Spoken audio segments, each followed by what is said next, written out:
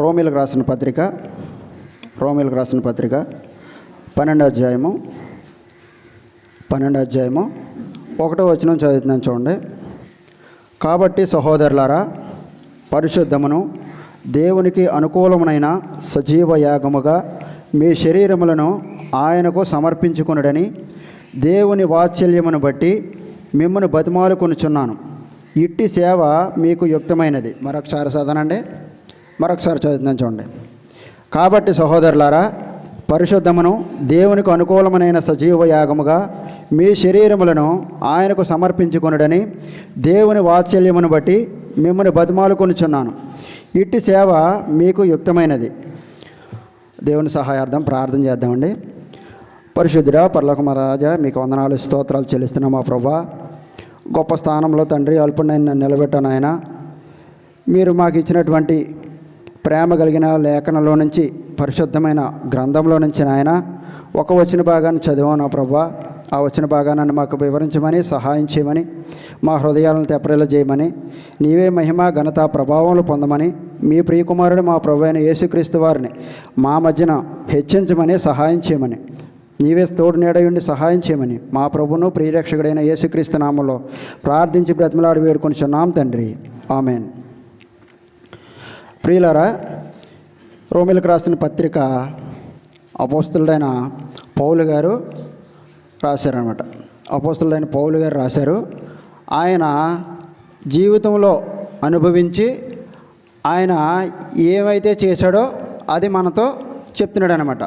ఈ వచ్చిన భాగంలో ఏం చెప్తున్నాడంటే ఆయన, కాబట్టి సహోదరులారా, పరిశుద్ధమును దేవునికి అనుకూలమైన సజీవ యాగముగా అంటున్నాడు. దేవునికి అనుకూలమైన సజీవ యాగముగా మీ శరీరాలను అప్పగించండి అంటున్నాడు. శరీరాలని సజీవ యాగంగా అప్పగించుకోవడం అంటే, ఉపవాసం అంటే మీకు అందరికీ తెలుసు. ఉపవాసం అంటే మనందరికీ తెలుసు కదమ్మా. తెలుసా అందరికైనా ఉపవాసం అంటే? మనం వండుకోవడం మానేయడం ఉపవాసం అవుద్దా? తినటం మానేయడం ఉపవాసం అవుద్దా? వండుకోవటం మానేయడం ఉపవాసం అవుద్దా? తినటం మానేయడం ఉపవాసం అవుద్దా? తినటం మానేయడం ఉపవాసం అవుద్ది. అపోస్తలుడైన పౌలు గారు సజీవ యాగముగా అంటాడంటే, ఈ లోకంలో దేవుడు మనకి 2 రకాల స్వేచ్ఛ ఇచ్చాడు. ఒకటి స్వీయ నిర్ణయం తీసుకునే స్వేచ్ఛ ఇచ్చాడు. 2 పరిమితి కలిగిన స్వేచ్ఛ ఇచ్చాడు. అంటే కొన్ని పనులు మనం స్వతహాగా చేయొచ్చు, కొన్ని పనులు ఆయన చెప్పిన పరిధిలోనే మనం చేయాలి. మన ఎదుట మంచి ఉంచబడింది, చెడ్డ ఉంచబడింది. సజీవ యాగముగా అంటే మన ఎదుట మంచి ఉంచబడింది, చెడ్డ ఉంచబడింది. చెడుని నీవు చేయకుండా నీ శరీరానికి ఇహలోకమైనటువంటి మాలిన్యాన్ని అంటించుకోకుండా ఉన్నట్లయితే దాన్ని నీవు సజీవ యాగంగా అని చెప్పొచ్చు అనమాట. సజీవ యాగం అంటే మన ముందు పాపం ఉన్నప్పటికీ మనం చేయకుండా ఉన్నాం అనుకోండి, మన శరీరాన్ని దేవుడు ఎలాగైతే మనకి ఇచ్చాడో అలాగ మనం దేవునికి అప్పగించగలిగితే అది సజీవ యాగం అనమాట. యోబు గారు సమస్తం పోయినప్పుడు ఒక మాట అంటాడు, మీకు జ్ఞాపకం ఉందండి? సమస్తం పోయినప్పుడు ఆయన ఏమంటాడంటే, నేను తల్లి గర్భంలో నుంచి ఎలా వచ్చానన్నాడు? దిగంబరిగా వచ్చానన్నాడు. నేను మళ్ళీ ఎలా వెళ్తానన్నాడు? దిగంబరిగా వెళ్తానన్నాడు. అది ఆయన జీవితంలో ఆయన తీసుకున్నటువంటి ఒక నిర్ణయానికి సాదృశ్యంగా ఉంది. అది తల్లి గర్భం నుంచి ఎలాగైతే ఒక శిశువు ఏ పాపము లేకుండా ఎలాగైతే ఉంటాడో అదే రీతిగా నేను మళ్ళీ దేవుని దగ్గరికి, తల్లి గర్భం నుంచి ఎలాగైతే నేను దిగంబరిగా వచ్చానో నేను మళ్ళీ అదే రీతిగా వెళ్తానంటాడు. ఆ మాటని ఇక్కడ అపోస్తలుడైన పౌలు గారు ఏమంటాడంటే, నీవు సజీవ యాగముగా అంటే ఏ మాలిన్యమును నీ శరీరానికి అంటించుకోకుండా నీవు ఆ శరీరాలని దేవునికి అప్పచెప్పుకోమని ఆయన చెప్పడం కాదండి, బతిమాలుకుంటున్నా అంటున్నాడు. ఏమంటాడండి అపోస్తలుడైన పౌలు గారు? బతిమాలుకుంటున్నా అంటున్నాడు. అయితే ఆయన చేసి మనకు చెప్పాడా, ఆయన చేయకుండా మనకు చెప్పాడని మనం చదివినప్పుడు ఆయన పత్రికల్లో ఒక మాట ఉంటుందండి. అపోస్తలుడైన పౌలు గారు రాస్తూ ఆయన పత్రికల్లో ఏం చెప్తాడంటే, నేను లోకము నాకును ఏం వేయబడ్డామండి? సిలువ వేయబడ్డాం. ఆయన చేసే ఆ శరీరానికి ఏ మాలిన్యం అంటుకోకుండా ఒకప్పుడు క్రైస్తవులను హింసించిన వాడు, హింసకుడు, దోషకుడు, హానికరుడైనటువంటి వాడు అపోస్తలుడైన పౌలు గారు ఆయన చేసి, ఒకప్పుడైతే నేను ఎలాంటి వాడిని, కానీ ఇప్పుడు నేను ఏ సమయం అందైతే దేవుణ్ణి తెలుసుకున్నానో, ఏ సమయంలో దేవుడు నన్ను పట్టుకున్నాడో, ఆనాటి నుంచి కూడా నేను లోకానికే, లోకం నాకు సిలువ వేయబడ్డాం. అలాగా ఆయన శరీరాన్ని దేవునికి అప్పగించుకున్నాడు కాబట్టే ఈ మాట చెప్పగలుగుతున్నాడండి మనకి. కాబట్టి సహోదరులారా, పరిశుద్ధమును దేవునికి అనుకూలమైన సజీవ యాగముగా మీ శరీరములను ఆయనకు సమర్పించుకునుడని వాత్సల్యమును బట్టి మిమ్మును బతిమాలుకొనుచున్నాను. ఇట్టి సేవ మీకు యుక్తమైనది.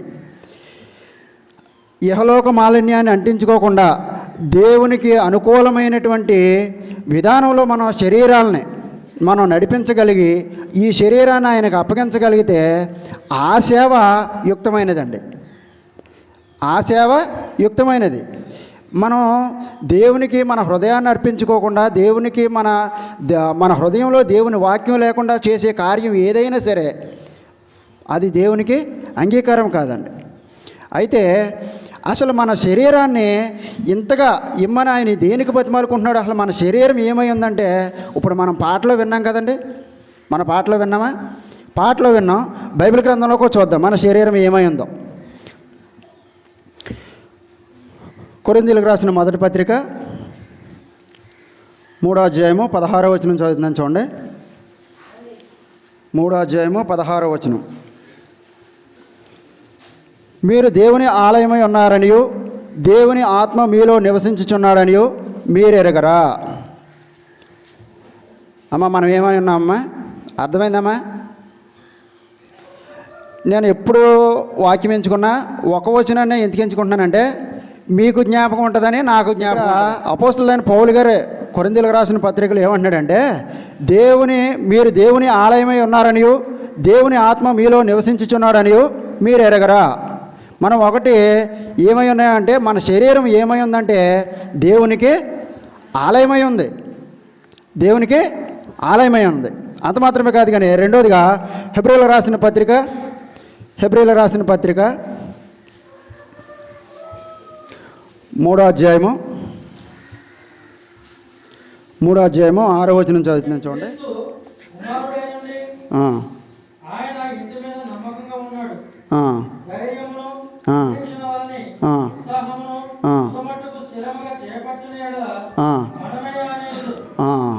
చూసారమ్మా, ఆఖరి లైన్లో మనం ఏముందంటే, స్థిరముగా చేపట్టిన ఎడల మనమే ఆయన ఇల్లు. ఒకటి దేవునికి ఆలయమై ఉన్నాం, 2 ఆయన ఇల్లై ఉన్నాం. ఒకటి దేవుని ఆలయమై ఉన్నాం, మన శరీరం దేవునికి ఆలయమై ఉంది.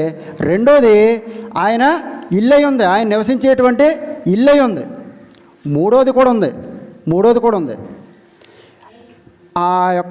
ఆ కార్యక్రమాన్ని మీకు తెలియజేసినప్పుడు అందులో దేవుని ప్రేమ మనకు తెలియజేస్తుంది. దేవుని ప్రేమ ఎంతో, మనల్ని దేవుడు ఎప్పుడు ప్రేమించాడో కూడా తెలుస్తుంది. ఆదికాండ గ్రంథంలో అవ్వ ఆదాములు దేవుడు తినొద్దన్న ఫలాన్ని తిన్నారు. దేవుడు కేకేసినప్పుడు వారు దాక్కున్నారు.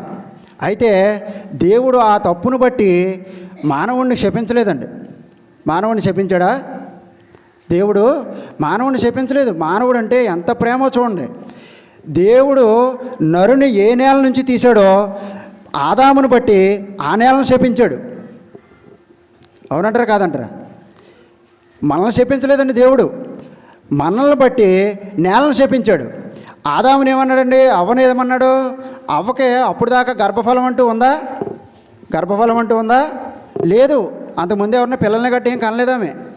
ఆమె యొక్క ప్రసవం యొక్క విధానాన్ని తెలియజేశాడు. ఆవిడికి ప్రసవం యొక్క విధానాన్ని ఆమెకు తెలియజేశాడు. అవ్వను కానీ ఆదాముని కానీ దేవుడు శపించలేదు. కానీ సాతాన్ని ఏమన్నాడు? నువ్వు మన్ను తింటావు అన్నాడు. మన్ను తింటావు అన్నాడా? ఆ మన్ను ఎవరో? మనం దేని నుంచి చేయబడ్డాం? మన్ను నుంచే చేయబడ్డాం. మన శరీరంలో మన్నే కనుక తిరిగి మన్నుకు చేరుతాయి. అయితే ఇక్కడ మనం చెప్పుకున్నటువంటి కార్యక్రమంలో దేవుడు పిలిచినప్పుడు వారు దాక్కున్నప్పుడు దేవుడు వారిని కొంత గద్దించి వారిని బట్టి నేలను శపించి అవ్వకు గర్భప్రసవం యొక్క విధానాన్ని తెలియజేసి సాతాన్ని శపించినప్పుడు, నీవు మన్ను తింటావని శపించినప్పుడు ఈ కార్యక్రమంలో దేవుడు మనల్ని ఎంత ప్రేమ చూపించాడో, మన ఏళ్ళ ఎంత ప్రేమ కలిగి ఉన్నాడో అది తెలియపరుస్తుంది. ఒకటి. రెండోది ఏంటంటే, సాతానుడు మన్ను తినటం అంటే ఎవరిని తింటున్నాడండి? సాతాను మనల్నే తింటున్నాడు. మనం దేవుని ఆత్మానుసారమైనటువంటి కార్యాలు చేయకుండా శరీరానుసారమైనటువంటి కార్యాలు చేస్తున్నామంటే, లోకానుసారమైనటువంటి కార్యాలతో మనం నిమగ్నమై ఉంటున్నామంటే మనం ఎవరికి ఆహారమై ఉన్నామండి? సాతానికి ఆహారమై ఉన్నాం. ఇప్పుడు మన ముందు ఒక ప్రశ్న ఏంటంటే, మన శరీరం దేవునికి ఆలయమై ఉందా? దేవునికి ఇల్లై ఉందా? సాతానికి ఆహారమై ఉందా? ఒకటేటండి, దేవునికి ఆలయమై ఉందా? 2, దేవునికి ఇల్లై ఉందా? 3, సాతానికి ఆహారమై ఉన్నామా? మన శరీరాలతో ఏం చేస్తున్నాం? మన శరీరాలతో ఏం చేస్తున్నాం అనేది మనం ఆలోచన చేయాలి. దేవుడు మనల్ని ఎంతగానో ప్రేమించి మనకి ఈ రకమైనటువంటి ఆయన పోలికగా, ఆయన స్వరూపమందు, ఆయన స్వహస్తాలతో చేసుకున్నాడు మనల్ని. అంత ప్రేమామయుడు. అలాంటి ప్రేమ ఆయన చేతులతో చేసుకున్నటువంటి మనం ఈ శరీరాలని దేనికి అప్పచెప్తున్నాం అండి? దేనికి అప్పచెప్తున్నాం? నువ్వు పాపమునకు కానీ పాపమునకు అప్పచెప్తున్నట్లయితే, లేకపోతే శరీర కార్యాలకు అప్పచెప్పినట్లయితే మనం సాతానికి ఆహారంగా మారుతున్నాం. అంతే తప్ప దేవుని ఇల్లు అవ్వట్లేదు. దేవుడు మన హృదయంలో నివసించేటువంటి ఆలయంగా ఆయనకు మన హృదయాల్ని, మన శరీరాల్ని మనం అప్పచెప్పట్లేదండి.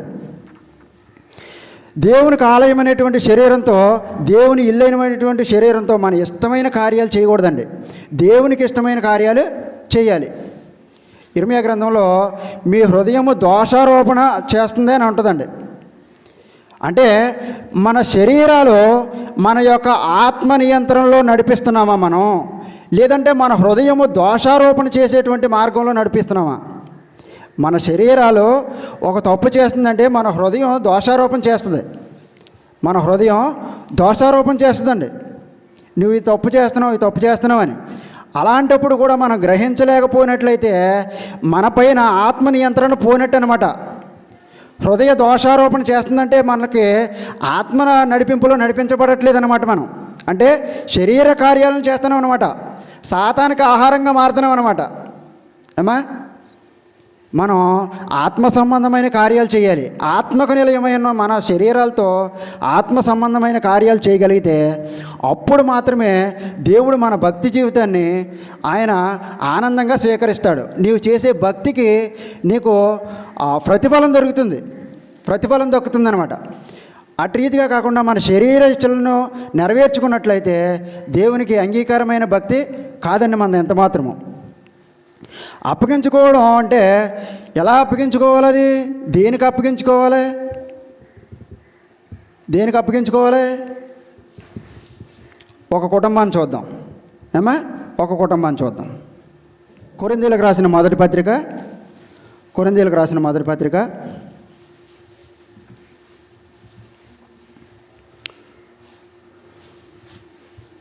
మొదటి పత్రిక 16వ అధ్యాయము 15వ వచనం చదువుతుందని చూడండి. స్టెఫను ఇంటి వారు అకయ యొక్క ప్రథమ ఫలమై ఉన్నారనియో, వారు పరిశుద్ధులకు పరిచర్య చేయుటకు తమ్మును తాము అప్పగించుకొని ఉన్నారనియో మీకు తెలియను. ఇక్కడ ఒక కుటుంబం ఉందండి. ఈ కుటుంబం ఎవరి కుటుంబం అంటే స్టెఫను కుటుంబం. స్టెఫను కుటుంబం అంటే మనం అపోస్తుల కార్యముల గ్రంథంలో ఒక స్టెఫను చూస్తాం. ఒక స్టెఫను చూస్తాం. ఆ స్టెఫన్ ఎవరంటే దేవుని కోసం ఆయన శరీరాన్ని, ఆయన ప్రాణాన్ని, ఆయన ఆత్మనే కూడా అప్పగించుకొని ఆయన్ని హింసిస్తున్నటువంటి వారిని క్షమించి దేవునికి తన ఆత్మను అప్పగించుకున్నటువంటి స్టెఫన్. ఆయన అపోస్తుల కార్యముల గ్రంథంలో కనపడే స్టెఫన్ ఎవరంటే ఆయన దేవుడు ఎలాగైతే ప్రభు అయిన యేసుక్రీస్తు వారు ఎలాగైతే ఆయన్ని హింసిస్తున్న వారిని క్షమించి వారి కొరకు ప్రార్థన చేసి ఆయన ఆత్మను ఎలాగైతే అప్పగించుకున్నాడో అలాగ అప్పగించినటువంటి స్టెఫను అపోస్తుల కార్యముల గ్రంథంలో కనిపించే స్టెఫను. ఈ స్టెఫను వేరే ఏమండి. ఈ స్టెఫను ఏం చేస్తున్నాడంటే నేను మళ్ళీ చదువుతున్నాను చూడండి. స్టెఫను ఇంటి వారు అకయ యొక్క ప్రథమ ఫలమై ఉన్నారనియు వారు పరిశుద్ధులకు పరిచర్య చేయుటకు తమను తాను అప్పగించుకొని ఉన్నారనియు మీకు తెలియదు. ఈ స్టెఫను ఇంటి వారు అకయ యొక్క ప్రథమ ఫలమై ఉన్నారనియు వారు పరిశుద్ధులకు పరిచర్య చేయుటకు తమను తామే అప్పగించుకొని ఉన్నారని ఉంది కదండి. ఈ అప్పగించుకుని అనే మాట ఇంగ్లీష్ బైబిల్లో చూసినప్పుడు ఏమనుందంటే ఎడిక్టెడ్ అని ఉంది. అప్పగించుకుని అనే మాట అడిక్టెడ్ అని ఉంది. అడిక్టెడ్ అంటే ఏమవుతుందండి, మానుకోలేని అలవాటు అనమాట. మానుకోలేని అలవాటు. మా ఇంట్లో మా ఆవిడకి నాకు పొద్దున్నే గొడవలు అవుతాయండి. ఎందుకంటే టీనే మానుకోలేని అలవాటు అండి నాకు. దాని గురించి మా ఇద్దరికి దెబ్బలాట. ఆ అమ్మాయి ఏమో పని చేసుకుంటా చూద్దే, నేనేమో టీ అట్టమంటాను. అలాగా వీరికి స్టెఫను కుటుంబానికి ఏ అలవాటు అంటే మానుకోలేని అలవాటు ఏంటంటే పరిశుద్ధులకు పరిచర్య చేయడం. పరిశుద్ధులకు పరిచర్య చేయడం వీరు మానుకోలేనటువంటి అలవాటుగా మార్చేసుకున్నారు. వీరికి అలా అలవాటు అయిపోయింది. ఏమండి, ఈ స్టెఫను ఇంటి వారు పరిచర్య చేయడానికి అప్పగించుకున్నారు. వీరిని గురించి చదివినప్పుడు మనం ఏం చదవచ్చు అంటే వీరు మొదటిగా అకయ యొక్క ప్రథమ ఫలం అని చదువుతున్నాం కదండి మనం. ఇక్కడ స్టెఫను ఇంటి వారు అకయ యొక్క ప్రథమ ఫలం అని చదువుతున్నాం. ఈ అకయ అంటే గ్రీసు దేశం అన్నమాట, గ్రీసు ప్రాంతం. ఆ ప్రాంతాన్ని అంతటిని కలిపి అకయ అంటారనమాట. ఈ అకయ ప్రాంతంలో ఎప్పుడు అపోస్తలుడైన పౌలు గారు ఆ సువార్త ఎప్పుడైతే ప్రకటించారో ఆ వెంటనే సువార్త ప్రకటించబడినటువంటి వెంటనే సువార్తను అంగీకరించినటువంటి కుటుంబం ఏదైనా ఉందంటే ఈ స్టెఫను కుటుంబం. అందుకనే వారిని గురించి అపోస్తలుడైన పౌలు గారు ఈ కొరింథీయులకు రాసిన పత్రికలో చాలా విషయాలు అంటే ఆ సంఘానికి రాస్తున్నాడు. కానీ చివరిలో ఈ కుటుంబాన్ని పరిచయం చేస్తూ అన్నాడు, వీరు అకయ యొక్క ప్రథమ ఫలమై ఉన్నారని అపోస్తలుడైన పౌలు గారు రాస్తూ ఉన్నాడు. అకయ యొక్క ప్రథమ ఫలం అంటే వారు సువార్తను మొదటిగా అంగీకరించిన వారండి. సువార్తను మొదటిగా అంగీకరించిన వారు దేవుని వాక్యం ఎప్పుడైతే వినిపింపజేశాడో అపోస్తలుడైన పౌలు గారు అప్పుడే వారు దేవుని సువార్తను అంగీకరించిన వారు హృదయాల్లో దేవుని చేర్చుకున్నటువంటి వారు, దేవుణ్ణి తమ సొంత రక్షకునిగా అంగీకరించినటువంటి కుటుంబం. అందుకనే ఇదే అపోస్తలుడైన పౌలు గారు అపోస్తల కార్యముల గ్రంథం 16:31 ఏమంటాడంటే చెరసాల నాయకుడితో నీవు ప్రభు అయిన యేసుక్రీస్తునందు విశ్వాసం ఉంచుము, అప్పుడు నీవును నీ ఇంటి వారును రక్షణ పొందుతారు. ముందర ఏం చేయాలంటే నీవు విశ్వాసం ఉంచాలి. కుటుంబ యజమానిగా ఉన్నటువంటి నీవు, ఒక కుటుంబాన్ని నడిపిస్తున్నటువంటి నీవు, స్త్రీ అయినా పురుషుడైనా ఎవరైనా సరే బాధ్యత కలిగి కుటుంబం పట్ల వ్యవహరిస్తున్నటువంటి స్త్రీ అయినా పురుషుడైనా ముందుగా ఏం అంగీకరించాలంటే వాక్యాన్ని అంగీకరించగలగాలి. ఈ స్టెఫను వాక్యాన్ని అంగీకరించాడు కాబట్టి తన కుటుంబాన్ని అంతటినీ ఆయన నడిపించగలుగుతున్నాడు. అంత మాత్రమే కాదు, దేవునికి వారి హృదయాలను అప్పచెప్పుకోవడానికి అది దోహదపడిందనమాట. స్టెఫను రక్షించబడి స్టెఫను యేసుక్రీస్తుని సొంత రక్షకునిగా అంగీకరించి సువార్తను అంగీకరించాడు కాబట్టి ఆయన కుటుంబం ఏ పరిస్థితిలో ఉందండి, జీవగ్రంథంలో వారి కుటుంబాన్ని దేవుడు రాయించుంచాడు. దేవుడు ఆ కుటుంబం పేరు అంటే స్టెఫను ఇంటి వారు అని రాసింది చూసారా. ఆ కుటుంబాన్ని దేవుడు జీవగ్రంథంలో వారి పేరు, ఆ కుటుంబం యొక్క పేరు అంటే యజమానుని పేరు మీద ఆ కుటుంబాన్ని జీవగ్రంథంలోకి లిఖితం చేశాడు దేవుడు. మొదటిగా ఇంటి యజమాని ఏం చేయాలండి, సువార్తను అంగీకరించాలి, దేవుణ్ణి అంగీకరించాలి, ప్రభు అయిన యేసుక్రీస్తుని సొంత రక్షకునిగా అంగీకరించాలి. ఏమండి, అంత మాత్రమే కాదు కానీ అకయ యొక్క ప్రథమ ఫలమై మొదటిగా సువార్తను అంగీకరించిన వారు కుటుంబం మొత్తం ఒకేసారి రక్షించబడిన వారండి. ఎంత ఆనందం అండి ఇది, ఎంత ఆనందం అండి. మొన్న మా పెద్ద కుమార్తె అంటే మీకు చాలాసార్లు చెప్పినట్టున్నాను, మా పెద్ద కుమార్తె తీర్మానం చేసుకున్నప్పుడు నాకు ఇదే అనిపించిందండి. నేను మన పెద్దలు ఇలాగ దారంటే వస్తుంటే అక్కడ కాలర్ ఎగరేసుకుని చొక్కా ఎగరేసుకుని డ్యాన్సులు వేసేవాడిని అండి. అలాంటిది దేవుడు నన్ను ఈ రీతిగా నిలబెట్టాడు.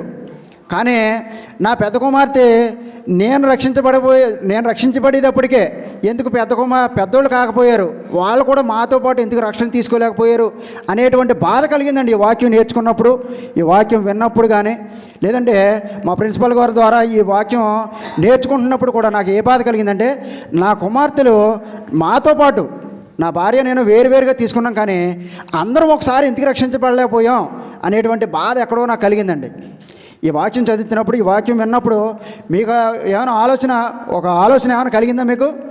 స్టెఫను ఇంటి వారు ఒకేసారి ఈ కుటుంబాన్ని గురించి ఏం రాయబడిందంటే, అక్కయ్య యొక్క ప్రథమ ఫలమై ఉన్నారని రాయబడింది. ఒకళ్ళు ఒకసారి తీసుకున్నారని కాదండి, అందరూ ఒకేసారి రక్షించబడ్డారంట, అందరూ ఒకేసారి సువార్తను అంగీకరించారంట. ఎంత ధన్యత అండి అది, ఎంత భాగ్యం అండి అది. స్టెఫను ఇంటి వారు కూడా ఎంత ధన్యులో చూడండి, వారి కుటుంబం అంతా ఒకేసారి రక్షించబడిందంటండి. వారి కుటుంబం అంతా ఒకేసారి రక్షించబడిందంట, ఒకేసారి ప్రభువుని అంగీకరించారు. మనం వస్తే మన భార్య రాదు, మన భార్య వస్తే మనం రాం, ఏమండి? తల్లి వస్తే తండ్రి రాడు, తండ్రి వస్తే తమ్ముడు రాడు. ఇలాంటి కుటుంబాలు మనం కలిగి ఉన్నాం. కానీ స్టెఫను ఇంటి వారు మాత్రం వారికి ఏ సమయంలో అయితే సువార్త ప్రకటించబడిందో ఆ సమయంలోనే సువార్తను అంగీకరించారు. అంత మాత్రమే కాదు, కానీ వారి కుటుంబంగా దేవుని ఆరాధిస్తున్నారు, కుటుంబంగా దేవుని సొంత రక్షకునిగా అంగీకరించారు. అంత మాత్రమే కాదు, కానీ పరిశుద్ధులకు పరిచర్య చేయడానికి వారు అప్పగించేసుకున్నారంటండి, అప్పగించేసుకున్నారు. ఇక వారికి వేరే పని ఏమీ లేదండి, వారికి వేరే పని ఏమీ లేదు. వీరు అక్కయ్య యొక్క ప్రథమ ఫలమై ఉన్నారండి. అయితే వీరి గురించి అక్కయ్య యొక్క ప్రథమ ఫలం అని చెప్పాడు. దాన్ని మళ్ళీ కొంచెం వివరిస్తూ దేవుడు అపోస్తలుడైన పౌలు గారు ఏం చెప్తున్నాడంటే, కొరింథీయులకు రాసిన రెండవ పత్రిక 8వ అధ్యాయము, అక్కయ్య యొక్క ప్రథమ ఫలమై ఉన్నారని చెప్పాడు. అలాగే పరిశుద్ధులకు పరిచర్య చేయడానికి అన్నాడు. అయితే దాన్ని కొంచెం వివరిస్తూ కొరింథీయులకు రాసిన 2వ పత్రిక 8వ అధ్యాయము 5వ వచనంలో 5వ వచనంలో ఏమంటాడంటే, చదువుతున్నాను చూడండి. ఇదియోగాక మొదట ప్రభువునకును దేవుని చిత్తము వలన మాకును తమ్మును తామే అప్పగించుకొనిరి, ఇంతగా చేయుదురని మేము అనుకోనలేదు. ఈ స్టెఫను కుటుంబాన్ని గురించి ఆయన ఒక మాట చెప్పాడు. దానికి మళ్ళీ కొంచెం ఆయన హృదయంలో ఏమనిపించిందో తెలీదు. ఆ స్టెఫను కుటుంబం అపోస్తలుడైన పౌలు గారి మధ్యలో అలా మెరుగుపోతూ ఉన్నట్టుంది. ఆ మొదటి పత్రికలోనేమో అక్కయ్య యొక్క ప్రథమ ఫలమై ఉన్నారని చెప్పాడు.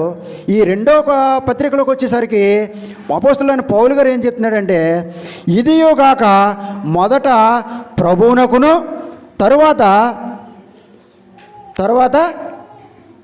ఏం చెప్పాడండి ఆయన? ఇదియోగాక మొదట ప్రభువునకును దేవుని చిత్తం వలన మాకును. పరిశుద్ధులకు పరిచర్య ఎప్పుడు చేస్తున్నారండి? పరిశుద్ధులకు పరిచర్య ఎప్పుడు చేస్తున్నారు? మొదటిగా ప్రభువునకు అప్పగించుకొని వారు ఏం చేశారండి?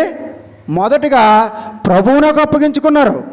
ప్రభువుకు అప్పగించుకోకుండా మనం ఎన్ని నీతి కార్యాలు చేసినా, మీరు మనలో పళ్ళు పంచి పెడుతున్నారు కదా, పలహారం అండి అది, నేను చెప్పేది వేరే. మనం పలహారం ఫలాలను పట్టుకొని ఎన్ని హాస్పిటల్ తిరిగినా, ఎన్ని దానాలు చేసినా మనం చేసేదంతా కూడా వ్యర్థమైన పనే. మనం చేసేదంతా కూడా వ్యర్థమైన పనేనండి.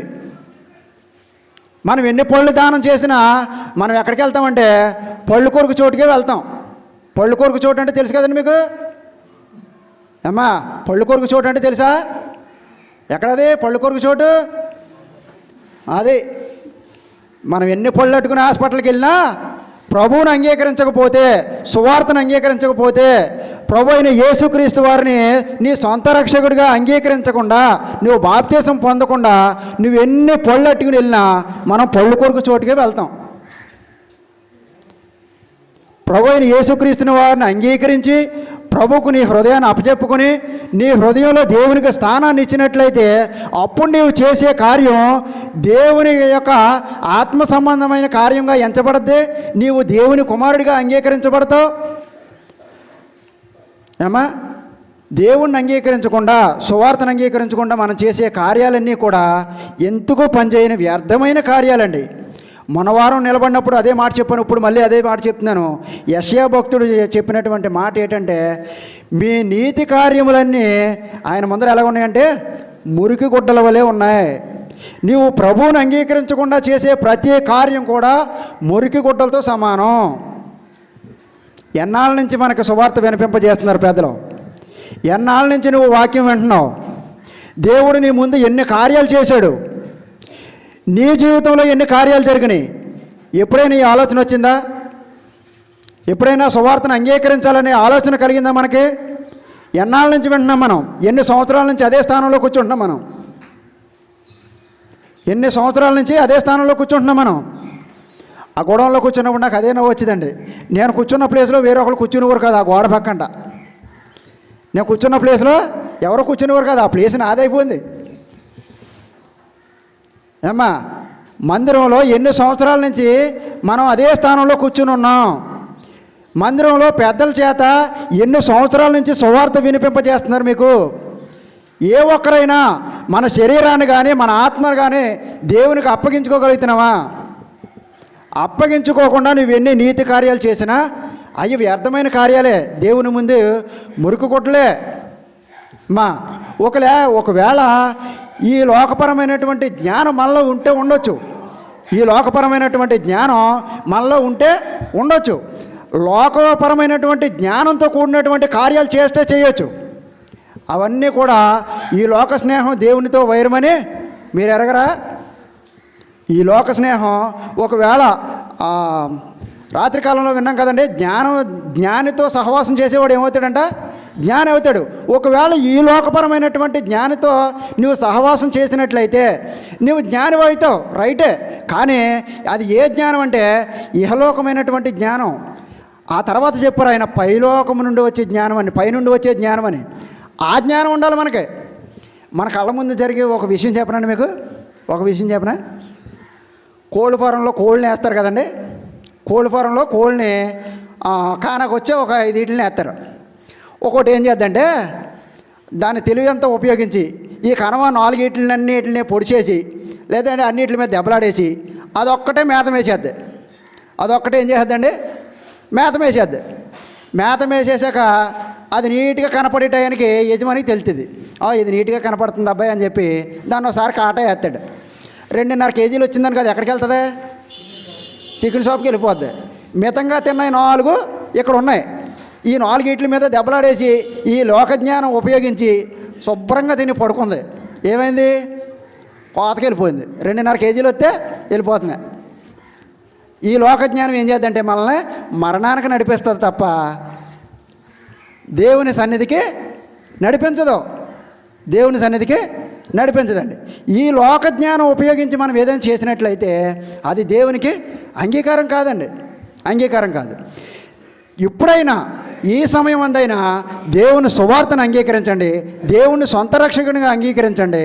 మీ హృదయమందు దేవునికి స్థానాన్ని ఇచ్చినట్లయితే మనం పైనుండి వచ్చేటువంటి జ్ఞానాన్ని మనం పొందుకోగలుగుతాం.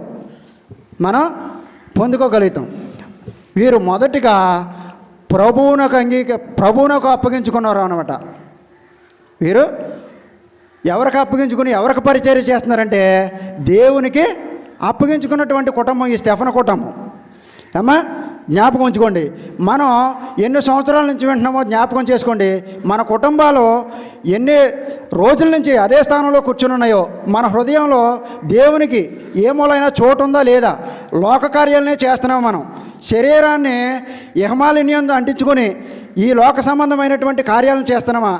జ్ఞాపకం చేసుకుని ఈ క్షణమైనదైనా ఇప్పుడైనా దేవుణ్ణి అంగీకరించడానికి, దేవుని సువార్తను అంగీకరించడానికి మన శరీరాలను అప్పచెప్పుకోవాలని మనస్ఫూర్తిగా వేడుకుంటున్నానండి. వీరు మొదటిగా ప్రభువునకు అప్పగించుకున్నటువంటి కుటుంబం. రెండోదిగా చూద్దామండి.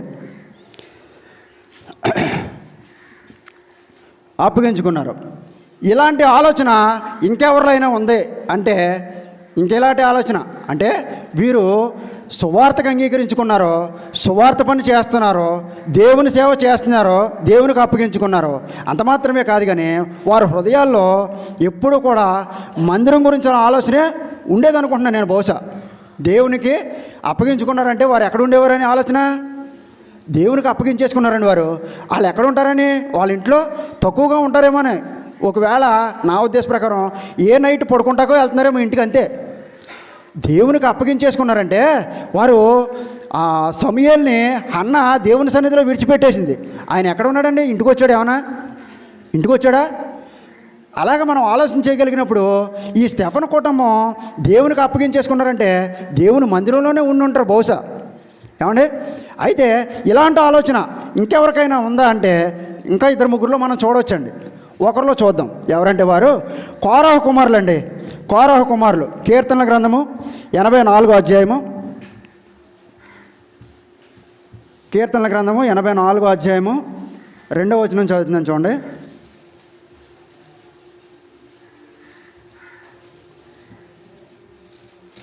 ఎనభై 84:2 అండి.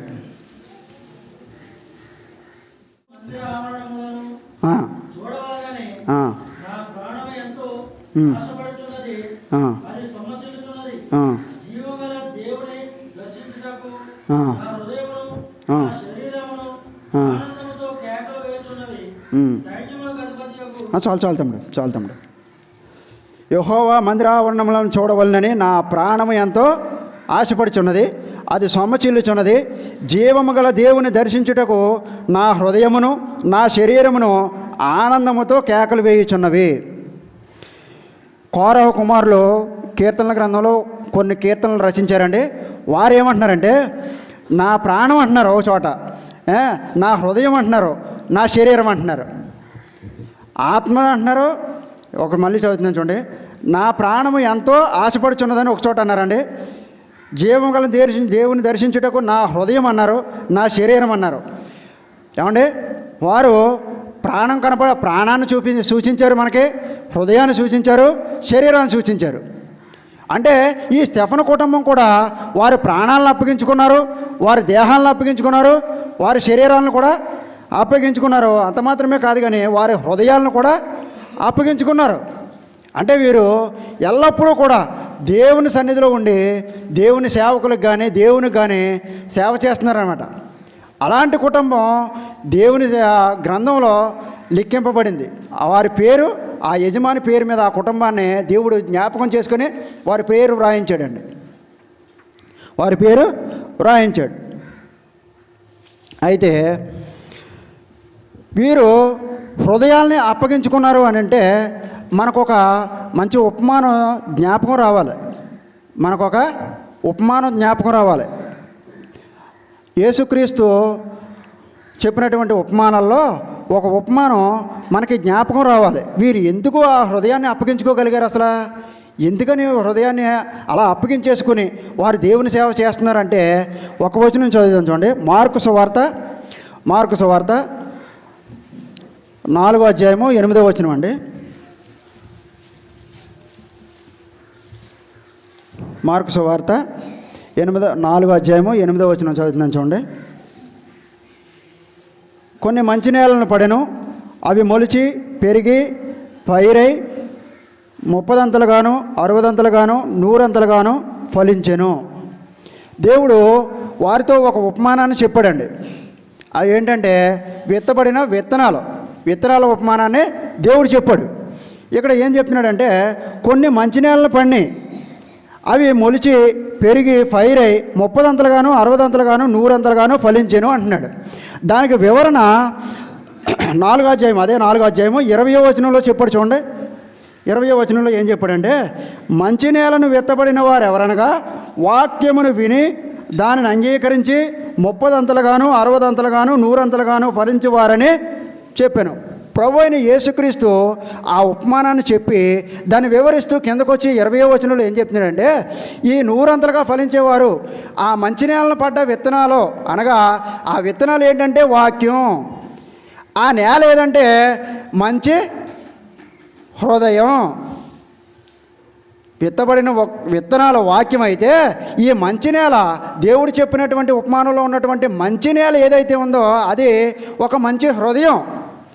మన హృదయంలో ఎప్పుడైతే వాక్యం విత్తబడిందో ఆ వాక్యం ఫలించి ఫైర్ అయ్యి 30దంతలుగా 60దంతలుగా ఫలించినప్పుడు మాత్రమే మనం వాక్యాన్ని అంగీకరించగలుగుతాం, దేవుణ్ణి సొంత రక్షకునిగా అంగీకరించగలుగుతాం.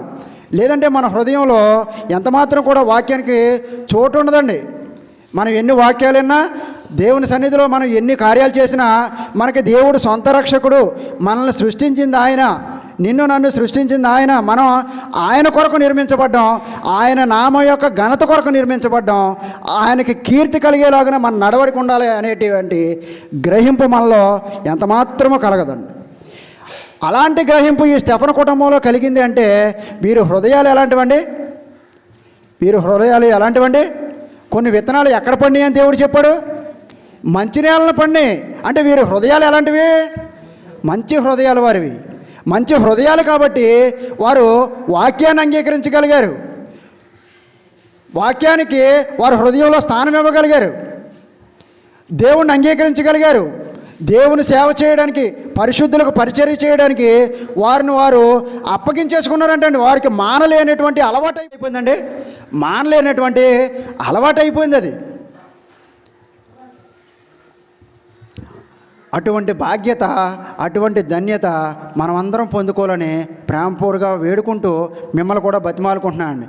ఈ క్షణమే దేవుని సువార్తను అంగీకరించండి. దేవుడు ఎంత భాగ్యాన్ని మనకు దయచేశాడంటే, కొన్ని సంఘాలకు వెళ్తున్నామండి, అక్కడ వారు ఏం చెప్తున్నారో ఏం చేస్తున్నారో కూడా వినట్లేదండి. ఏం చెప్తున్నారో వినట్లేదు. ఇక్కడి నుంచి అక్కడికి, అక్కడి నుంచి ఇక్కడికి, ఇక్కడి నుంచి అక్కడికి, అక్కడికి ఎక్కడికో వెళ్ళిపోతున్నారండి. ఏం చెప్తున్నారో కూడా వినట్లేదు.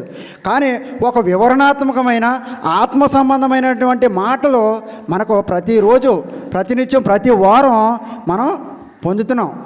ఇలాంటి వాక్యాన్ని కూడా మనం అంగీకరించలేకపోతే, ఇలాంటి వాక్యాన్ని కూడా మనం అర్థం చేసుకోలేకపోతే మనకంటే దౌర్భాగ్యులు ఇంకెవరో ఉండరండి. అయితే వీరు మొదటిగా దేవునికి, ప్రభువుకు అప్పగించుకున్నటువంటి కుటుంబం. వీరు హృదయాలు ఎలాంటివంటే మంచి హృదయాలండి. రెండోదిగా చూద్దామండి. అదే వచనం చదువుదాం చూడండి. కొరింథీయులకు రాసిన మొదటి పత్రిక 16వ అధ్యాయము 15వ వచనం మళ్ళీ చదువుదాం చూడండి.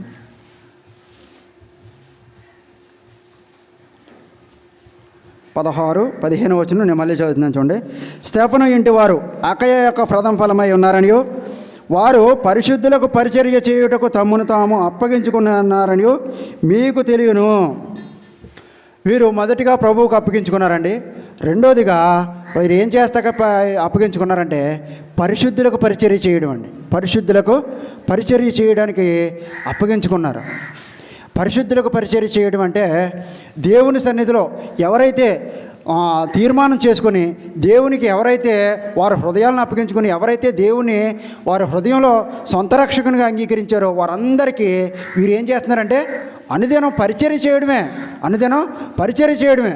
ఇందాక చెప్పాను కదండి, వీరు బహుశా నా ఆలోచన ప్రకారం ఇంటికి పడుకోవడానికి మాత్రమే వెళ్ళుంటారు. అయితే ఇక్కడ ఈ పరిచర్య అనే మాటకు వచ్చేటప్పటికి వీరికి అసలు పగలు అనేది ఖాళీ కూడా లేదేమో అని ఆలోచిస్తున్నాను నేను. పగలు కూడా ఖాళీ లేదేమో అనుకుంటున్నాను. ఒకవేళ ఏ గంట అయినా ఖాళీ ఉంటే, హాస్పిటల్ అంటే కొందరు ఉంటారు కదండి, హాస్పిటల్ అంటే కొందరు ఉంటారా, వారి దగ్గరికి వెళ్ళేవారేమో. వాళ్ళు మందిరంలో సేవ చేస్తున్నారు, ఇంటికాడ సేవ చేస్తున్నారు, పరిచర్య చేస్తున్నారు పరిశుద్ధులకి. అంత మాత్రమే కాదు, కానీ వీరికి ఎప్పుడైనా ఖాళీ దొరికిన సమయాల్లో మనం కూడా వెళ్తుంటాం కదండి అనేక మందిని పరామర్శించడానికి. అలాగా పరిశుద్ధులు ఎవరైతే ఉన్నారో, ఎక్కడైతే ఉన్నారో తెలుసుకుని వారి దగ్గరికి వెళ్తూ ఉండేవారేమో. వీళ్ళకి అసలు పగలనేది ఖాళీ కూడా ఉండలేదేమో అన్న ఉద్దేశం. బహుశా ఇలా ఆలోచిద్దాం మనం. వారికి పరిశుద్ధులకు పరిచర్య చేయడం తప్ప వారికి వేరే పని లేదు. దేవుని సేవకులకు, దేవుని సేవ చేయడం తప్ప వారికి వేరే పని లేదు. దానికి అప్పగించేసుకున్నారు వారు. ఇంక వేరే పని అంటూ ఏమీ లేదు వారికి. అలాంటి సమయంలో వీరు పరిశుద్ధులకు పరిచర్య చేసేటువంటి గొప్ప భాగ్యాన్ని పొందుకున్నారండి. గొప్ప భాగ్యాన్ని పొందుకున్నారండి. పరిశుద్ధులకు సేవ చేసేటువంటి అదృష్టం దక్కడం అంటే మామూలు విషయం కాదండి. మన వాళ్ళు కూడా దేవుని సేవకులు వచ్చినప్పుడు వారిని చేర్చుకొని ఇంట్లో స్థానం ఇచ్చి వారికి మంచి పదార్థాలు వండి పెట్టి వారికి చాలా సేవ చేస్తున్నారు. మీ అందరికీ వందనాలు. అలాంటి భాగ్యం దక్కింది అంటే మన హృదయాల్లో దేవుడు లేకపోతే ఆ కార్యానికి తగిన ప్రతిఫలం మనకు దక్కదండి. దేవుని సేవకులు చేర్చుకుంటున్నామంటే నీ హృదయంలో దేవుడు ఉన్నాడా లేదనేది దేవుడు పరిగణిస్తాడు. దేవుడు లెక్కలోని తెస్తాడండి.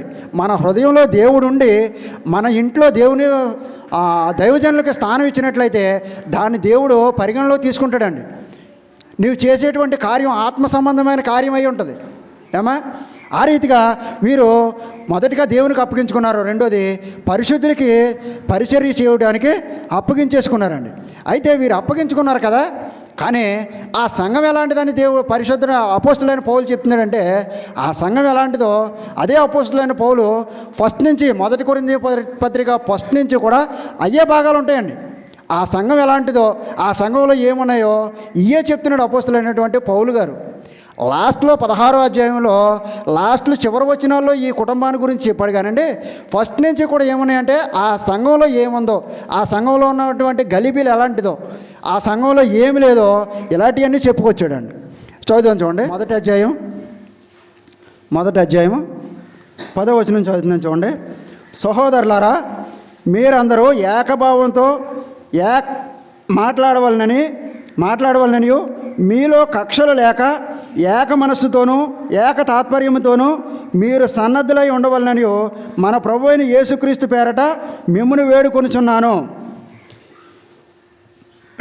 ఇక్కడ గమనించారండి మీరు ఏకభావముతో అంటున్నాడంటే అక్కడ ఏమీ లేదండి, ఏకభావం లేదు. అందరిది ఒక మనస్తత్వం కాదు, అందరిది ఒక భావం కాదు. మనకు నలుగురు పెద్దలు, వారు ఏ పని చేయాలన్నా వారు నలుగురు మాట ఒకటి చేసుకుని చేస్తున్నారంటే వారిది ఏ భావం అండి? ఏకభావం. వారిది ఏకభావమే. అంటే కొంచెం మాటల్లో తర్జుమాలు అంటే కొంచెం మాటలో జరుపుకోవచ్చు, సంభాషణ జరగవచ్చు, కానీ లాస్ట్కి జరిగేది ఒకటే కార్యం. వాళ్ళని ఏమంటున్నాడంటే అపోస్తులైన పౌలు గారు, మీరు ఏకభావంతో మాట్లాడవాలని. అంటే అక్కడ ఏకభావం లేదు. వారందరిది ఒక మనసు కాదు, ఒక రక్తంలో కడగబడి ఒక శరీరంలో పాలు పంపులు పొందే మనందరిది కూడా ఏకమనసై ఉండాలండి. అంశంగా మనం విన్నప్పుడు మీలో 2-3 ఎక్కడ నా నామమును కూడి ఉంటారో వారి మధ్య నేను ఉంటానన్నాడు. అంత మాత్రమే కాదు, మీలో ఎవరైనా 2-3 ఒకే సమస్య గురించి కానీ ఒకే విషయం గురించి ఏకీభవించగలిగితే దానికి తప్పకుండా ప్రతిఫలం పొందుతారని దేవుడు మాట్లాడాడు. మీలో 2-3 ఒకే విషయం పైన ఏకీభవించి మీ మనసులో ఒకటైతే దానికి ఖచ్చితంగా ప్రతిఫలం పొందుతారు. ఏమా వీరు ఏకభావంతో లేరంటండి.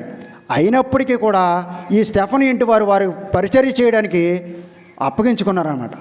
వారిలో ఏకభావం లేదు, అయినప్పటికీ వీరు వారికి అప్పగించుకున్నారు సేవ చేయడానికి, వారికి పరిచర్య చేయడానికి. రెండోది ఏమంటాడంటే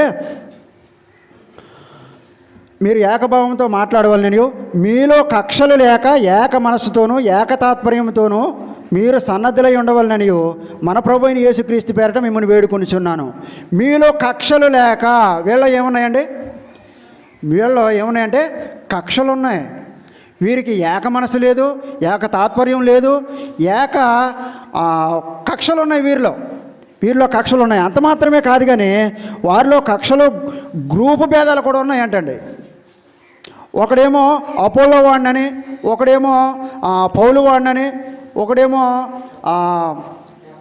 కేఫా వాడినని, ఇలాగా 4 రకాలటువంటి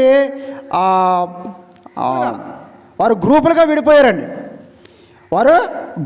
విడిపోయారు. అలాంటి విభేదాలు ఉన్నాయి వాళ్ళ మధ్య.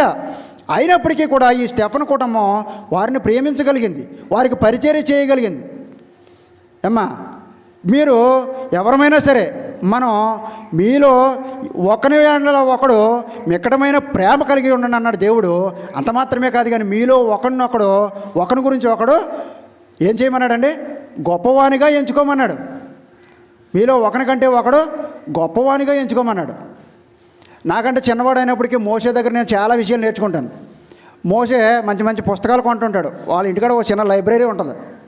నేను ఇప్పుడిప్పుడే ఒక్కో పుస్తకం కొనుక్కుంటున్నాను. తమ్ముడిని చూసి నేర్చుకుంటున్నాను. ఒక్కో పుస్తకం ఇప్పుడిప్పుడే కొనుక్కుంటున్నాను. మనలో ఒకరికంటే ఒకడు యోగ్యునిగా ఎంచుకోవాలి, గొప్పవాడిగా ఎంచుకోవాలి. ఏమా వీళ్ళు ఈ స్టెఫనీ ఇంటి వారు గ్రహింపు ఏంటంటే వారి హృదయాలు మంచివి కనుక వారిలో ఉన్నటువంటి చెడ్డ కార్యాలని వీళ్ళు చూడలేదు. ఈ స్టెఫనీ ఇంటి వారు ఏం చేస్తున్నారంటే ఆ కొరింథీ పత్రికలో సంఘంలో ఉన్నటువంటి వారి వాళ్ళు జరిగించేటువంటి చెడ్డ కార్యాలను కానీ వారి యొక్క చెడ్డ మనసును కానీ వీరు చూడలేదండి. వారు వీరికంటే గొప్పవారిగా ఎంచుకొని వారికి సేవ చేయడానికి వాళ్ళు అప్పగించుకున్నారు, వారికి పరిచర్య చేయడానికి వారు అప్పగించుకున్నారు. ఎంత మంచి హృదయాలో చూడండి స్టెఫనీ ఇంటి వారి హృదయాలు ఎంత మంచివో గ్రహించండి. వాళ్ళు ఎదుటిన్నటువంటి కార్యాలను చూడగలట్లే. దేవుని సంఘంలో ఉన్నారు వారు, దేవుడు ఏర్పరచుకున్నటువంటి సంఘం. వారి హృదయంలో పరిశుద్ధాత్మ కార్యం ఉంది. వారు యేసు ప్రభువు అంటున్నారంటే వారి హృదయంలో పరిశుద్ధాత్ముడు ఉన్నాడు. వారికి సేవ చేస్తున్నానంటే ప్రభు అయిన యేసుక్రీస్తు వారికి స్వయంగా సేవ చేస్తున్నానని వారు హృదయాల్లో తలంచుకుని వారిలో ఏకభావం లేకపోయినప్పటికీ, వారిలో కక్షలు ఉన్నప్పటికీ, వారిలో విభేదాలు ఉన్నప్పటికీ, ఏమండి వారిలో గ్రూపిజం ఉన్నప్పటికీ వారిని ప్రేమించగలిగారండి. ఏమండి వారు అలాంటి హృదయాలు కలిగి వారు దేవుని సేవ చేస్తున్నారు, పరిశుద్ధులకు అప్పగించుకున్నారండి. అమ్మా అయితే తర్వాత అదే కొరింథీయులకు రాసిన మొదటి పత్రిక 16వ అధ్యాయము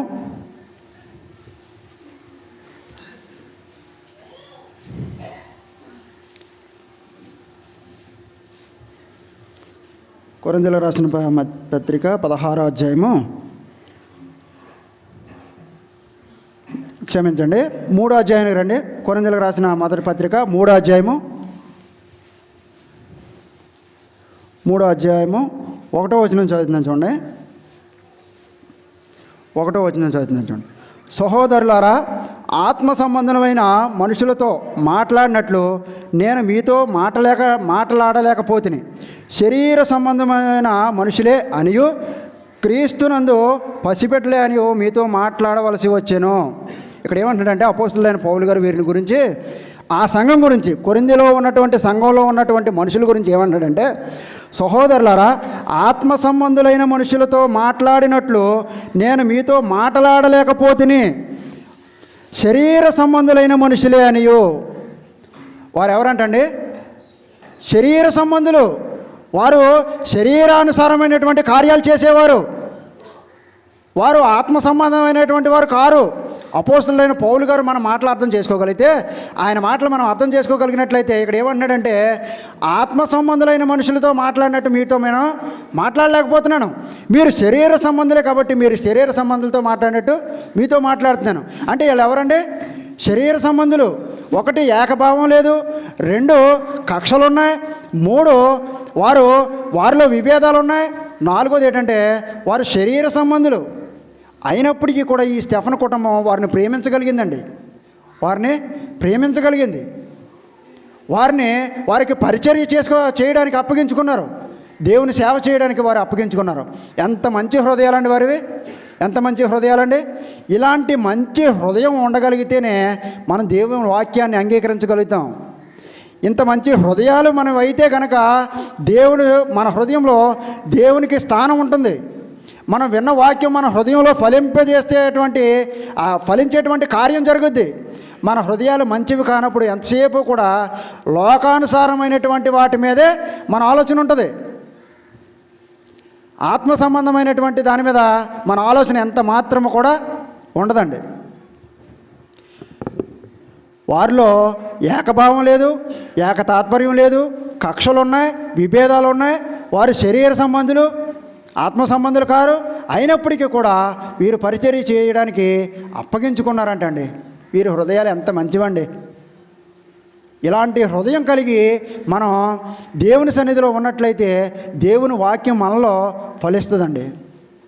దేవుని వాక్యాన్ని మనం అంగీకరించగలుగుతాం. అమ్మా, వారు ఎలాంటి వారైనప్పటికీ వీరు ప్రేమించగలిగారమ్మా. మీరు జ్ఞాపకం చేసుకోండి, మనం మనిషి ముందు ఒకటి మనిషి వెనకాల ఒకటి మాట్లాడుకుంటాం. మనం ఎలా మాట్లాడుకుంటామమ్మా? మనిషి ముందు ఒకటి, మనిషికి వెనకాల ఒకటి మాట్లాడుకుంటాం. ప్రేమించగలుగుతున్నారా మీరు ఎవరినైనా? మీ తోటి వారిని ప్రేమించగలుగుతున్నారా? ముందెళ్ళిపోయిన తర్వాత వెనకాల ఒక మాట మాట్లాడుతున్నారా? ఇలా ఉన్నట్లయితే, ఈ స్వభావం ఉన్నట్లయితే మనం కొరింథీ సంఘము ఉన్న వారి వలె మనం ఎవరమవుతాం? శరీర సంబంధులమే అవుతాం. ఎంత మాత్రమో కూడా ఆత్మ సంబంధమైన వారం కాదు. మన శరీరాలు సాతానికి మాత్రమే ఆహారం అవుతున్నాయి. దేవుని ఇల్లు అవ్వట్లేదు, దేవునికి ఆలయం అవ్వట్లేదు. ఏమా? ఒక మనిషిని నీవు ఎదుట కానీ, లేదన్నా ఆ మనిషి ఉన్నప్పుడు కానీ లేకపోయినప్పుడు కానీ ఒకే భావం కలిగి ఉండాలి. అంత మాత్రమే కాదు, ఈయన వాక్యం చెప్తున్నాడు, ఈయన ఇలా చేస్తున్నాడు, ఈయన వాక్యం చెప్తున్నాడు, ఈయన అలాంటి నడవడికి నడుస్తున్నాడని ఇక్కడ నిలబడిన వారి కొరకు కానీ, లేతే దేవుని సన్నిధిలో నిలిచిన ప్రతి ఒక్కరు ఏ ఒక్కరి కోసం కానీ మనం చెడ్డ అభిప్రాయం కలిగి ఉన్నామంటే మనం శరీర సంబంధులమే. వారు ఎలాంటి వారైనప్పటికీ ఈ స్టెఫెన్ కుటుంబం ఏం చేస్తుంది? ఈ స్టెఫెన్ కుటుంబం ఏం చేస్తుందమ్మా? పరిచర్య చేస్తుంది వారికి. వారు ఎలాంటి వారైనప్పటికీ వారి హృదయాలు మంచివి కనుక ఈ లోక సంబంధమైనటువంటి కార్యాలను వారు చూడట్లేదు. దేవుని సన్నిధిలో ఉన్నారు అంటే అందరూ దేవుని కుమారులే, దేవుని బిడ్డలే అని వారు యోచించి వారికి పరిచర్య చేస్తున్నారమ్మా. ఇది ఇలాంటి ఈ తప్పులు నించేటువంటి కార్యక్రమం ఎవరిది అంటే సాతానిదే. ఈ లోకంలో మనుషులు, శరీరాను సంబంధమైనటువంటి మనుషులు ఏం చేస్తారంటే, నీవు 99 నీతి మంచి పనులు చేసి ఒక్క చెడ్డ కార్యాన్ని చేసావంటే ఈ 99 మంచి పనులు వదిలేస్తారు వీరు.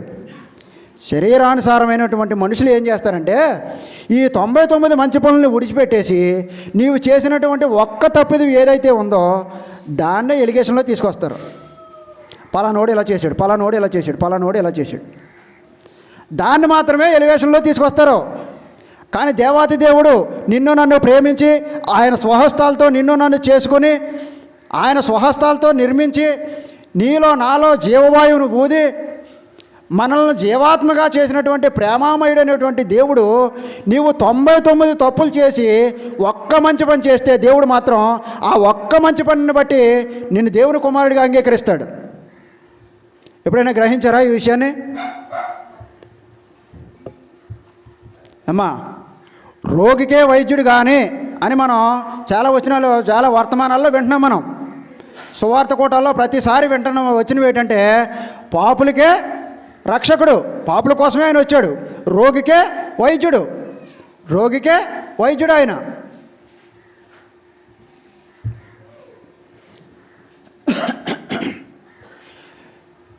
మనం ఎంతటి వారమైనా, ఎంతటి తప్పు చేసిన వారమైనా, మనం ఎంతటి ఘోర పాపులమైనా క్షమించగలిగేటువంటి హృదయం శరీరానుసారమైనటువంటి మనుషులకి ఉండదండి. దేవాతి దేవుడు ఏమండి, ప్రభువులకు ప్రభువు, రాజులకు రాజు అయినటువంటి మన ప్రభు అయిన యేసుక్రీస్తు వారు మాత్రమే నీవెంత గొప్ప ఘోరమైన పాపివైనప్పటికీ ఆయన క్షమిస్తాడు, ఆయన చేరదీసుకుంటాడు, హక్కును చేర్చుకుంటాడండి. అమ్మా, నువ్వు 99 మంచి పనులు 99 చెడ్డ పనులు చేయి, ఒక్కసారి దేవా నేను పాపని అనేటువంటి ఒక్క చిన్న మంచి పని చేయి, దేవుడు నిన్ను కుమారునిగా కుమార్తెగా స్వీకరిస్తాడు. ఆయన యొక్క రక్షణ రుచేటో నీకు తెలియజేస్తాడు. ఈ క్షణమే దేవుని అంగీకరించండి, దేవుని సువార్తను అంగీకరించండి, మీ శరీరాలని దేవునికి అప్పగించుకోండి. అమ్మా, ఇంకే ఒక్కరైనా నశించిపోకూడదని, ఏ ఒక్కరూ నశించిపోవడం దేవాతి దేవునికి ఇష్టం లేదండి. దేవాది దేవునికి ఇష్టం లేదు. నిన్ను నన్ను ఆయన స్వరూపంలో చేసుకున్నాడు కాబట్టే ఆయన శరీరాన్ని మన కళ్ళ ముందు ఎట్టి వేదనలకు, ఎట్టి శ్రమలకు అప్పగించి ఆయన మన ముందు ఒక మాదిరికరమైన జీవితం జీవించాడండి.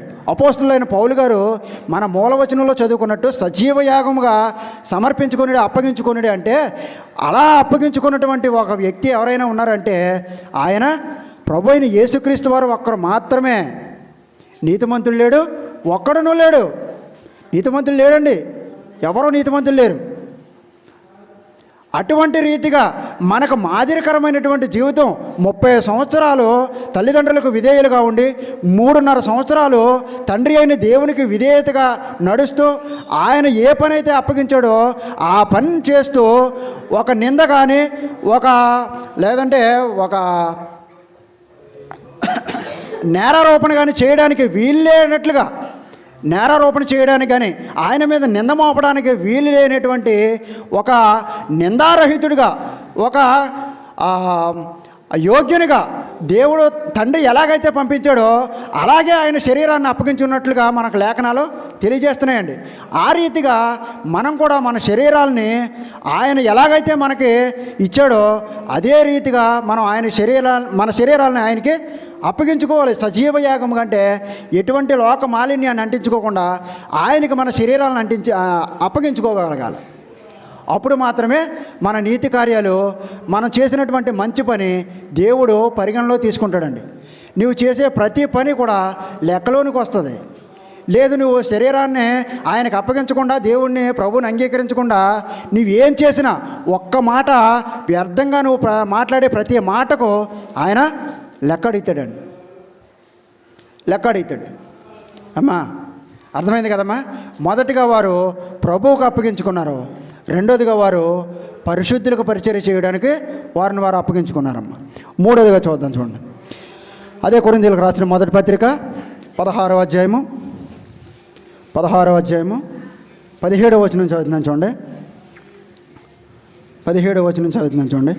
స్టెఫను, ఫోర్మనాతు, అకాయికు అనువారు వచ్చినందున సంతోషించుచున్నాను.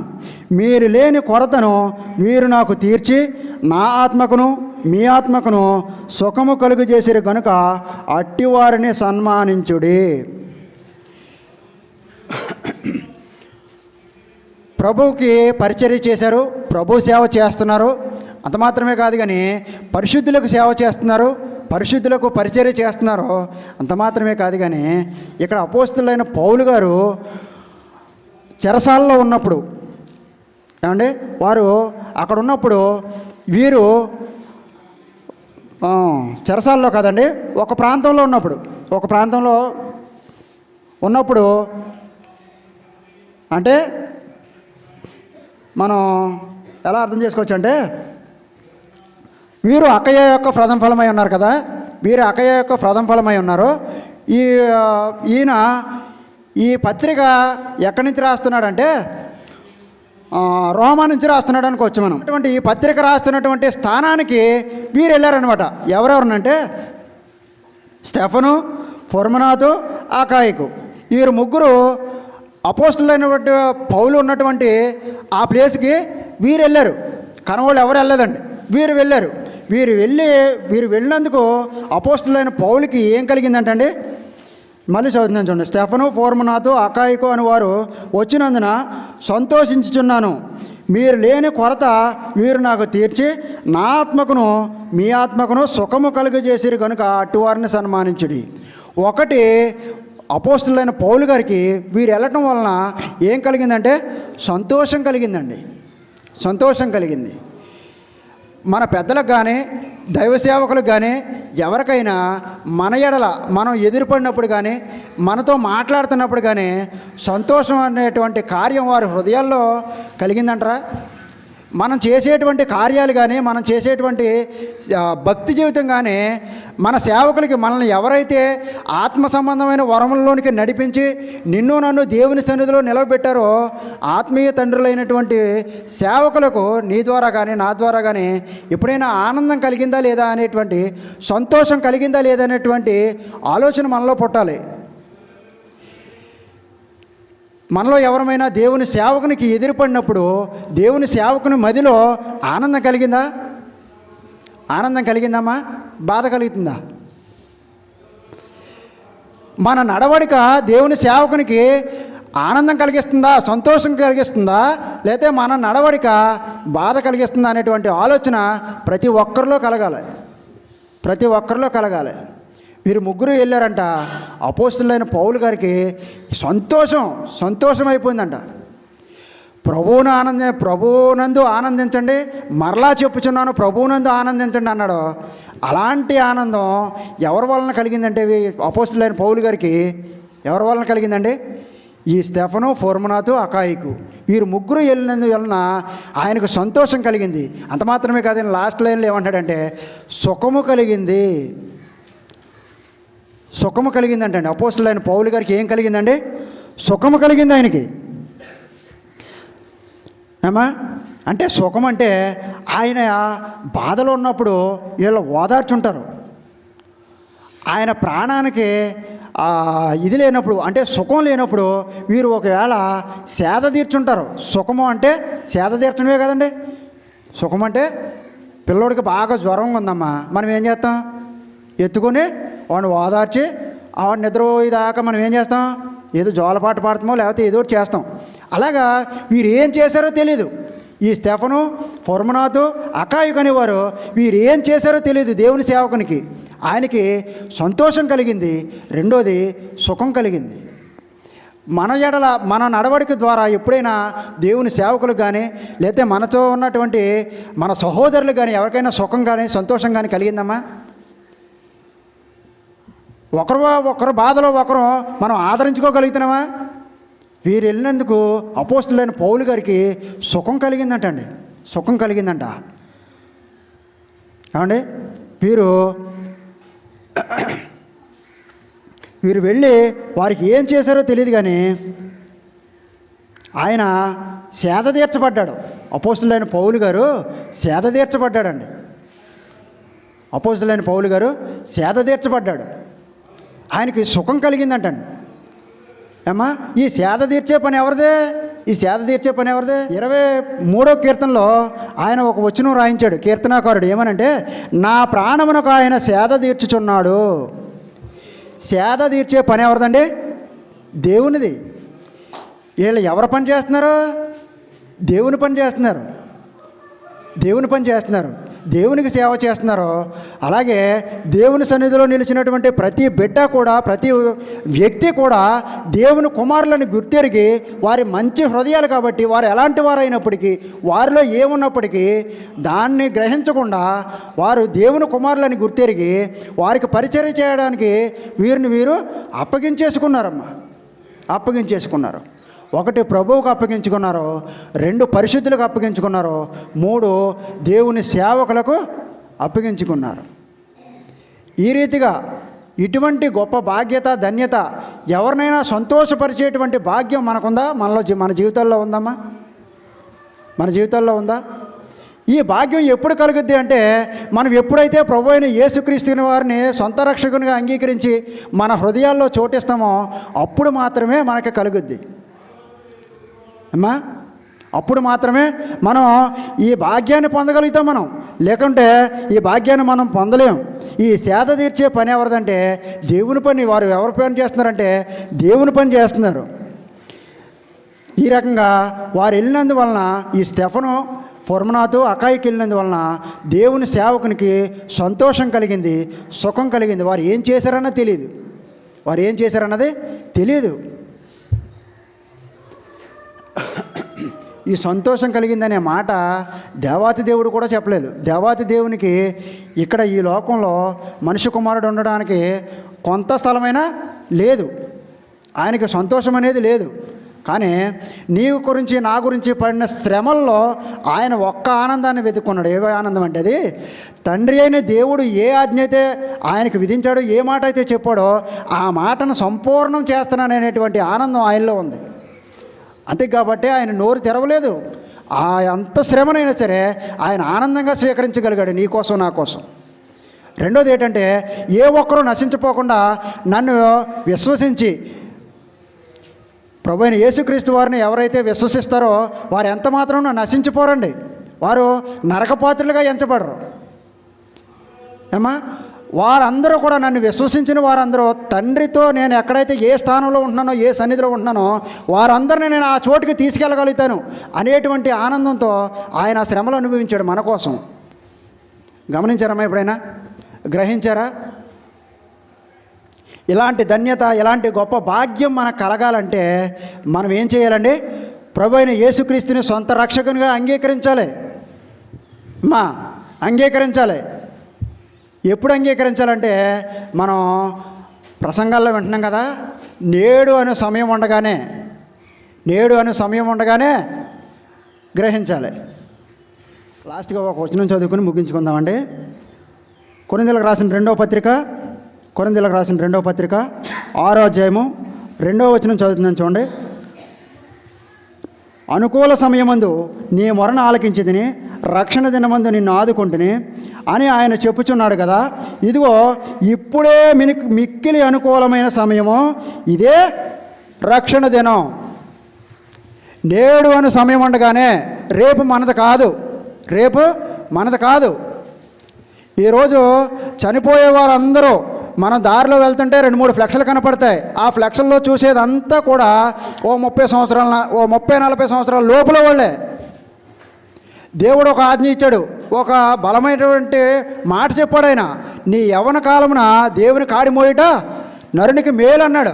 నీ యవ్వన కాలంలో నీవు దేవుణ్ణి అంగీకరించకుండా, వాక్యాన్ని అంగీకరించకుండా నీ శరీరానుసారమైనటువంటి నడవడిక నడుస్తున్నావంటే అది దేవునికి కోపం పుట్టించే పని. నేడు అను సమయం ఉండగానే ఇదే మిక్కిలి అనుకూల సమయం, ఇదే రక్షణ దినం.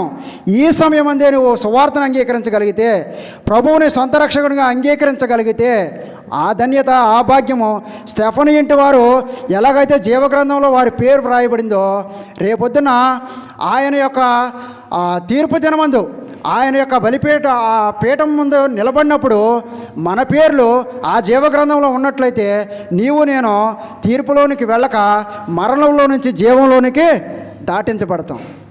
ఇదే మిక్కిలి అనుకూల సమయం. ఈ క్షణమందే దేవుని సొంత రక్షకుని అంగీకరించండి. దేవుని కుమారులుగాను కుమార్తెలుగా స్వీకరించబడతారు.